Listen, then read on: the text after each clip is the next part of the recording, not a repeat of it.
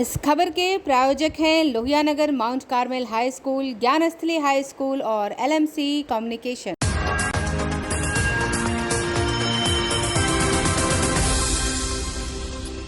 नमस्कार, मैं हूं आयुषी शर्मा और आप देख रहे हैं आंखें न्यूज 24। रात 8 बजे की खबरों में आप सभी का स्वागत है। देखेंगे दिन भर की ताजा तरीन खबरें, पर उससे पहले हेडलाइंस। 5 राज्यों के विधानसभा चुनाव परिणामों में भाजपा का शानदार प्रदर्शन। यूपी, उत्तराखंड समेत 4 राज्यों में भाजपा और पंजाब में आम आदमी पार्टी की सरकार। भाजपा और आप कार्यकर्ताओं ने पटना में मनाया जश्न, जीत के लिए नेतृत्व को दी बधाई। वहीं राजद ने कहा धांधली का चुनाव जीती है भाजपा। बिहार के ग्रामीण विकास मंत्री श्रवण कुमार ने प्रतिपक्ष के नेता तेजस्वी यादव पर बोला हमला, कहा मनरेगा का फर्जी डाटा उपलब्ध कराने का आरोप गलत। केंद्र सरकार ने घरेलू कामगारों और असंगठित क्षेत्र के श्रमिकों के लिए नई पेंशन योजना की शुरुआत। प्रीमियम की रकम भरेंगे मालिक। एफिडेटेड कॉलेजों के वृत्ति रहित शिक्षक और शिक्षकेतर कर्मियों का धरना दूसरे दिन भी जारी। पूर्ण वेतनमान और बकाया अनुदान के भुगतान की मांग को लेकर कर रहे हैं प्रदर्शन। अब खबरें विस्तार से। 5 राज्यों में विधानसभा चुनाव की मतगणना का काम अभी भी जारी है, लेकिन रुझानों में भाजपा उत्तर प्रदेश और उत्तराखंड में प्रचंड बहुमत से सरकार बनती दिख रही है। वहीं मणिपुर और गोवा में भी लीड ले रही है। इधर पंजाब में आम आदमी पार्टी ने अपना परचम लहरा दिया है। आखिरकार एग्जिट पोल्स का अनुमान लगभग सही साबित हुआ। आज सुबह जब 5 राज्यों के विधानसभा चुनावों की मतगणना के शुरुआती रुझान आने शुरू हुए, तभी से कमोबेश तस्वीर साफ हो गई। उत्तर प्रदेश में भाजपा प्रचंड जीत की ओर बढ़ रही है। खबर लिखे जाने तक 403 विधानसभा सीटों में से भारतीय जनता पार्टी 270 सीटों पर आगे चल रही थी, जबकि समाजवादी पार्टी 128 सीटों पर बढ़त बनाए हुए थी। बीजेपी और सपा की सीधी लड़ाई से कांग्रेस और बहुजन समाज पार्टी का पत्ता लगभग साफ हो गया है। बीएसपी 1 सीट पर सिमटी हुई दिख रही है, वहीं कांग्रेस भी मात्र 2 सीटों पर आगे दिखाई दे रही है। हालांकि बीजेपी अपना पिछला प्रदर्शन नहीं दोहरा पाई और उसे लगभग 52 सीटों का नुकसान होता दिख रहा है। वहीं समाजवादी पार्टी पिछली बार से बेहतर प्रदर्शन करते हुए लगभग 76 सीटें अधिक जीतती दिख रही है। हालांकि वो सरकार बनाने से दूर रह गई। गोरखपुर सदर सीट से मुख्यमंत्री योगी आदित्यनाथ 1,02,000 मतों से प्रचंड जीत दर्ज कर चुके हैं। वहीं फाजिल नगर से स्वामी प्रसाद मौर्य चुनाव हार गए हैं। उत्तराखंड में भी बीजेपी प्रचंड जीत की ओर बढ़ रही है। विधानसभा की 70 में से 48 सीटों पर बीजेपी के उम्मीदवार आगे हैं, जबकि कांग्रेस मात्र 18 सीटों पर बढ़त बना सकी है। वहीं 4 अन्य प्रत्याशी भी बढ़त बनाने में कामयाब रहे हैं। हालांकि उत्तराखंड में भी पिछली बार की तुलना में बीजेपी को 9 सीटों का नुकसान होता दिख रहा है। वहीं कांग्रेस 7 सीटों की बढ़त में है, लेकिन सरकार बनाने का आंकड़ा नहीं छू सकी। उत्तराखंड से भाजपा के लिए एक बुरी खबर भी है। उत्तराखंड के मुख्यमंत्री पुष्कर सिंह धामी 6000 वोटों से खटीमा से चुनाव हार गए हैं। गोवा में भी बीजेपी की सरकार बनती दिख रही है। 40 सीटों में से 20 सीटों पर बीजेपी के उम्मीदवार आगे चल रहे हैं। कांग्रेस के उम्मीदवार 12 सीटों पर आगे हैं, जबकि टीएमसी और आप के उम्मीदवार 2-2 सीटों पर आगे चल रहे हैं। मणिपुर में भी बीजेपी जीत की ओर बढ़ रही है। 60 सदस्यीय विधानसभा में 31 सीटों पर बीजेपी बढ़त बनाए हुए है। कांग्रेस 4 सीटों पर आगे है, जबकि अन्य दल 25 सीटों पर आगे चल रहे हैं। वहीं पंजाब में आम आदमी पार्टी ने कमाल कर दिया है। आप प्रचंड जीत के साथ सरकार बनाने जा रही है। 92 सीटों पर उसके उम्मीदवार आगे चल रहे हैं, जबकि 18 सीटों पर कांग्रेस, 4 सीटों पर अकाली दल, 2 पर बीजेपी और 1 सीट पर अन्य उम्मीदवार आगे चल रहे हैं। पंजाब में भी एक बड़ा उलटफेर हुआ है। मुख्यमंत्री चरणजीत सिंह चन्नी अपनी दोनों सीट भदौर और चमकौर साहिब से चुनाव हार गए हैं, जबकि आम आदमी पार्टी की ओर से घोषित सीएम उम्मीदवार भगवंत मान ने धुरी सीट से जीत दर्ज की है। ब्यूरो रिपोर्ट, आंखें न्यूज 24। 5 राज्यों में विधानसभा चुनाव के परिणाम को लेकर बिहार में भी सरगर्मी बढ़ी रही। भाजपा की जीत से उत्साहित कार्यकर्ताओं जहां जश्न मनाते दिखे, वहीं आम आदमी पार्टी कार्यालय में भी खुशी का माहौल था। जीत को लेकर सभी दलों ने अपनी प्रतिक्रिया दी। 5 राज्यों के विधानसभा चुनाव परिणामों में भाजपा को मिली प्रचंड जीत का असर बिहार में भी देखा गया। पटना सहित राज्य के कई हिस्सों में भाजपा कार्यकर्ताओं ने जमकर जश्न मनाया, रंग अबीर गुलाल खेला, होली गाई और जमकर मिठाइयां बांटी। कार्यकर्ताओं के चेहरे पर खुशी साफ देखी जा रही थी। बीजेपी की जीत पर प्रतिक्रिया व्यक्त करते हुए भाजपा के प्रदेश अध्यक्ष संजय जायसवाल ने कहा कि प्रधानमंत्री मोदी की गरीब कल्याण नीतियां इस चुनाव में सुनामी बनकर उभरी हैं। वहीं सहरसा में भी बीजेपी कार्यकर्ताओं ने जमकर जश्न मनाया। राज्य के वन, पर्यावरण और जलवायु परिवर्तन मंत्री नीरज कुमार बबलू सहित दर्जनों की संख्या में बीजेपी कार्यकर्ता पटाखा फोड़ते हुए एक दूसरे को रंग अबीर गुलाल लगाकर खुशी मनाते दिखे। इस मौके पर मंत्री नीरज कुमार बबलू ने कहा कि पूरे देश में मोदी जी की लहर है और यह जीत मोदी की जीत है। देखिए, पूरे देश ने खास करके 4 स्टेट ने फिर से माननीय प्रधानमंत्री जी पर विश्वास जताया है और जिस तरह से उत्तर प्रदेश में योगी जी पर लोगों ने विश्वास जताया, पूरे देश के लोगों को शुभकामना है और पूरे 4 राज्य में फिर से उधर पंजाब में प्रचंड जीत के बाद बिहार में आम आदमी पार्टी कार्यालय में भी जश्न मनाया गया। पार्टी कार्यकर्ताओं ने रंग, गुलाल, अबीर और मिठाइयों के साथ एक दूसरे के बीच खुशियां बांटी। इस मौके पर आम आदमी पार्टी के प्रवक्ता बबलू प्रकाश ने पंजाब की जनता को धन्यवाद देते हुए कहा कि उनकी पार्टी अपेक्षाओं पर खरी उतरेगी और पंजाब के साथ ही अन्य राज्यों में भी इसका तेजी से विस्तार किया जाएगा।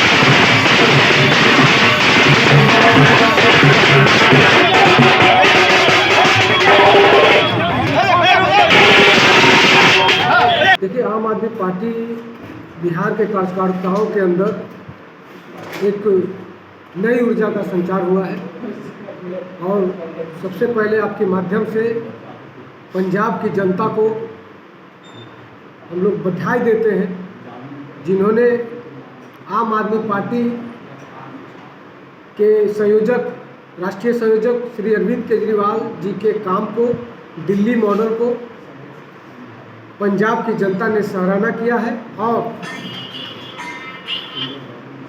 पंजाब में प्रचंड बहुमत देकर विजय बनाया है। वहीं राष्ट्रीय जनता दल ने विपक्ष की भूमिका निभाते हुए ईवीएम पर ठीकरा फोड़ दिया। उसने कहा, उत्तर प्रदेश में सपा चुनाव जीत रही थी लेकिन भाजपा ने धांधली करके विजय हासिल की। जो कोई भी उत्तर प्रदेश की राजनीति से परिचित है या इस चुनाव कैंपेन के दौरान वहाँ गया है, सबों ने महसूस किया था कि हाँ साहब, समाजवादी पार्टी के साथ जन समर्थन है, समाजवादी पार्टी में बहुमत आएगी और उसकी सरकार बनेगी। लेकिन एक प्लानिंग वे में एग्जिट पोल जो दिखाया गया, एक माहौल बनाने के लिए, माहौल क्रिएट करने के लिए, और जिस ढंग से काउंटिंग के बाद, काउंटिंग के पहले और चुनाव के बाद जिस ढंग से कई जगह ईवीएम पकड़े गए, उसके बाद जो है सो पोस्टल बैलेट पकड़ाया, तो यह साबित हो गया कि सरकार जो है तो कहीं न कहीं जिस ढंग से थ्रेटनिंग भरा बयान आया, तो यह साबित हो गया कि सरकार जो है तो कहीं न कहीं सरकार के संरक्षण में जो है सो हेराफेरी किया जा रहा है। बहरहाल विपक्ष शोक में डूबा है लेकिन भाजपा और आप कार्यकर्ता होली से पहले ही होली मनाने में जुटे हैं। दोनों दलों की मिली प्रचंड जीत कार्यकर्ताओं में जोश भर रही है और वो अपनी खुशी का इजहार करने के लिए सड़कों पर उतर रहे हैं। ब्यूरो रिपोर्ट, आंखें न्यूज़ 24।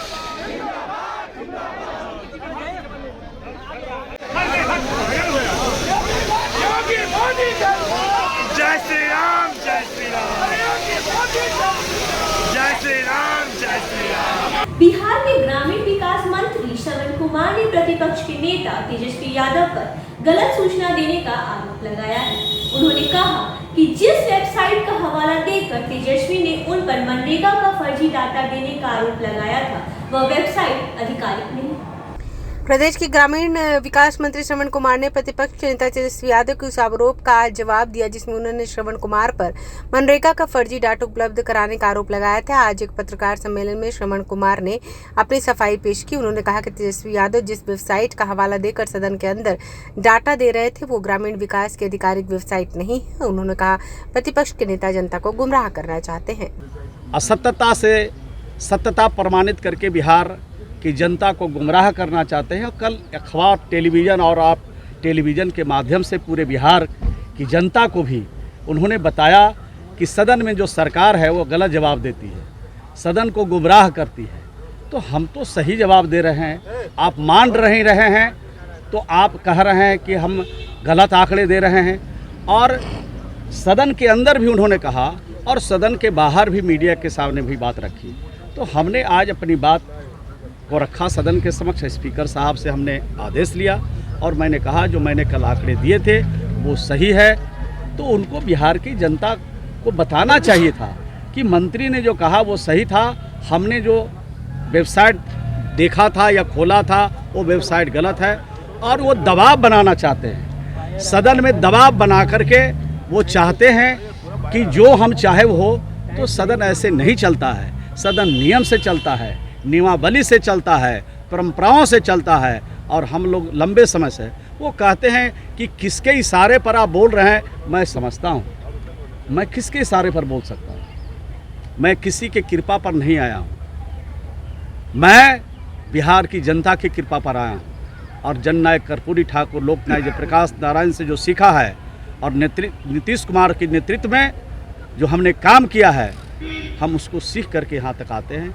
तो हमको चुनौती दे रहे हैं और धमकी दे रहे हैं। तो श्रवण कुमार धमकी से डरने वाला तो थोड़ी है। हमारे जीवन में अनेक उतार चढ़ाव आए हैं और सबका हमने मुकाबला किया है और हंसते हंसते किया है।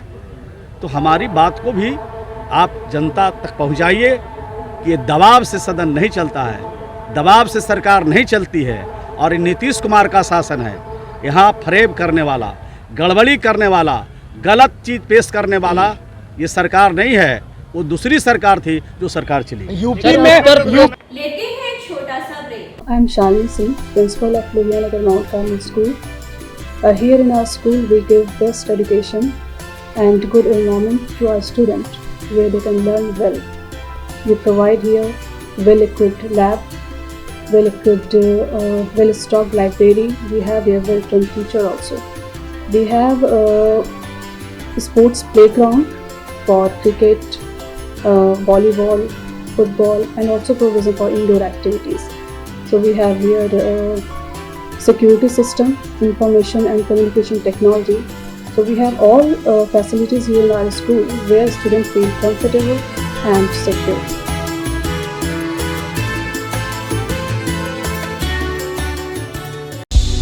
क्या आप पत्रकारिता के क्षेत्र में अपना कैरियर बनाना चाहते हैं? तो आज ही royal Ashoka institute of mass communication and journalism में अपनी जगह सुनिश्चित करें।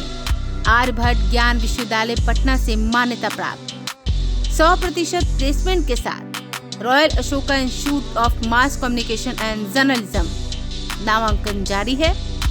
हमारा पता है DS/16 गायत्री मंदिर के समीप, कंकड़ बाग, पटना 8,20,000। आप हमें संपर्क भी कर सकते हैं। हमारा मोबाइल नंबर है 9955456126। ब्रेक के बाद आपका स्वागत है। केंद्र सरकार ने घरेलू कामगारों, नौकरों, ड्राइवरों के लिए विशेष पेंशन योजना शुरू की है। डोनेट पेंशन योजना नाम से शुरू की गई है स्कीम में कामगारों के मालिकों से उनका प्रीमियम भरने का अनुरोध किया गया है। केंद्र सरकार ने घरेलू कामगारों, ड्राइवरों और असंगठित क्षेत्र के काम करने वाले श्रमिकों के लिए एक नई पेंशन योजना शुरू की है। इस योजना के तहत यदि श्रमिक 18 से 40 वर्ष की आयु में रजिस्ट्रेशन कराते हैं तो 60 साल की उम्र पूरा होने के बाद केंद्र सरकार की ओर से उन्हें 3,000 रुपए तक की मासिक पेंशन दी जाएगी। इसके लिए मजदूरों को सालाना प्रीमियम के तौर पर न्यूनतम 660 से लेकर 2,400 रुपए तक देना होगा। इसका मतलब ये है कि कामगार लगभग 55 रुपए से लेकर 200 रुपए तक की मासिक प्रीमियम जमा करके पेंशन योजना का लाभ उठा सकेंगे। इस योजना के तहत केंद्र सरकार ने घरेलू कामगारों के मालिकों को भी प्रेरित किया है और वो अपने घर का काम अपने करने वाले श्रमिकों के प्रीमियम की मासिक किस्त का भुगतान करे। डोनेट और पेंशन योजना के तहत 7 मार्च से शुरू की गई ये स्कीम 13 मार्च तक चलेगी। इसके तहत आप घरेलू कामगार, ड्राइवरों, घरेलू नौकरों सहित अपने यहाँ काम करने वाले कर्मचारियों के लिए कुछ पैसे दान कर सकते हैं। केंद्रीय श्रम और रोजगार मंत्री भूपेंद्र यादव ने अपनी माली के लिए डोनेट ए पेंशन के साथ योजना की शुरुआत की। उन्होंने बताया कि सहायक कर्मचारियों की पेंशन बनाने और उसमें योगदान देने के लिए प्रधानमंत्री श्रम योगी मानधन योजना के तहत डोनेट ए पेंशन कार्यक्रम की शुरुआत की गई है। इस पहल के तहत लोग अपने तत्काल सहयोगी स्टाफ, घर जैसे घरेलू कामगार, ड्राइवर, हेल्पर आदि के प्रीमियम योगदान को दान कर सकते हैं। योजना के बारे में बताते हुए भूपेंद्र यादव ने ट्वीट किया, मेरे आवास पर माली के लिए डोनेट ए पेंशन कार्यक्रम का शुभारंभ किया गया है। यह पेंशन योजना के तहत एक पहल है। यहाँ नागरिक अपने तत्काल सहायक कर्मचारियों जैसे घरेलू कामगारों, ड्राइवरों, सहायकों आदि के प्रीमियम योगदान को दान कर सकते हैं। प्रधानमंत्री श्रम योगी मानधन योजना के स्वैच्छिक और अंशदायी पेंशन योजना है, जिसमें लाभार्थी एक निर्धारित आयु तक विशिष्ट योगदान देता है और केंद्र सरकार इसका मिलान करती है। मसलन यदि कोई व्यक्ति 29 वर्ष की आयु में सिस्टम में शामिल होता है तो उसे 60 वर्ष की आयु तक प्रति माह 100 रुपये देने होंगे और केंद्र सरकार की 100 रुपये की समान राशि का योगदान करेगी। इससे असंगठित क्षेत्र के मजदूरों को न सिर्फ वित्तीय मदद मिलेगी बल्कि उन्हें हर महीने तक घर चलाने की टेंशन से थोड़ी राहत मिलेगी। ब्यूरो रिपोर्ट, आंखें न्यूज़ 24। बिहार के वित्त रहित शिक्षक व शिक्षकोत्तर कर्मियों का धरना दूसरे दिन भी जारी है। पटना के गर्दनी बाग में धरना दे रहे ये कर्मी सरकार से पूर्व वेतनमान और बकाया अनुदान देने की मांग कर रहे हैं। जिंदाबाद जिंदाबाद जिंदाबाद। एफिलिएटेड कॉलेजों के वित्तरहित शिक्षकों और शिक्षकेतर कर्मचारियों का धरना दूसरे दिन भी जारी है। पटना के गर्दनी बाग में धरना दे रहे कर्मी सरकार से अनुदान के बदले पूर्ण वेतनमान देने की मांग कर रहे हैं। डिग्री इंटर महाविद्यालयों और माध्यमिक विद्यालयों में 30 वर्षों से अधिक समय तक कार्यरत ये कर्मचारी अभी वेतनमान की राह देख रहे हैं। नीतीश सरकार ने इनके लिए अनुदान की व्यवस्था की है, लेकिन उसका भी भुगतान समय से नहीं हो पाया है। ना तो वेतन है, ना ही पेंशन। किसी तरह की कठिनाई जिंदगी चल रही है। शिक्षकों ने बताया कि ना तो वेतन मिलता है, ना ही सेवा सुरक्षित है। राहत के रूप में मिलने वाला अनुदान भी पिछले 6 सालों से नहीं मिला है, जिसके कारण शिक्षा कर्मियों के सामने भूखमरी की स्थिति है। बड़ी संख्या में शिक्षा कर्मी वेतन पाए बिना ही सेवानिवृत्त हो जा रहे हैं और पैसे की कमी के कारण असमय मौत के शिकार हो रहे हैं। सरकार से उम्मीद है कि वह इनकी बातों पर ध्यान देगी। शिक्षक और शिक्षकेतर कर्मी मन बना चुके हैं। यदि सरकार की तरफ से सुनवाई नहीं हुई तो आंदोलन तेज करेंगे। राज्य बदल रहा है, जहाँ शिक्षा ही पूरी नहीं है वहाँ कोई कैसे भी डाल जाए, उसका मानसिक स्तर कैसे ऊंचा होगा, जहाँ बुद्धि की विकास ही नहीं होगी। सबसे ज्यादा अधिशोषण हुआ है बिहार में तो संबद्ध डिग्री कॉलेज, वित्त रहित संबद्ध डिग्री कॉलेज के शिक्षक शिक्षकेतर कर्मचारियों का हुआ है। इतना कहते हैं कि मुख्यमंत्री नीतीश कुमार की हमारी सरकार सुशासन की है।